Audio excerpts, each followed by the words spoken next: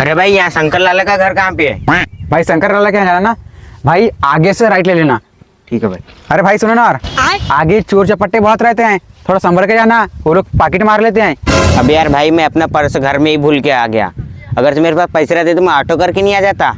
मेरे पास फुट्टी कौड़ी नहीं है। ठीक है भाई, मैं तुम्हारे भलाई के लिए बोल रहा था, लेकिन फिर भी सोच समझ के जाना। ठीक है। ठीक है भाई। लेकिन एक सेकंड,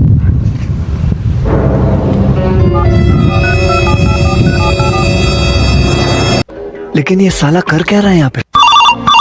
उठाइए ना। हेलो छत्तू भाई। हाँ बब्बू भाई। सुनना, एक बंदा आ रहा है, हरी शर्ट सफेद पैंट पहन करके, उसको लूटना मत, वो पहले से भांड भिखारी है। हाँ ठीक है। हाँ उसको मत लूटना।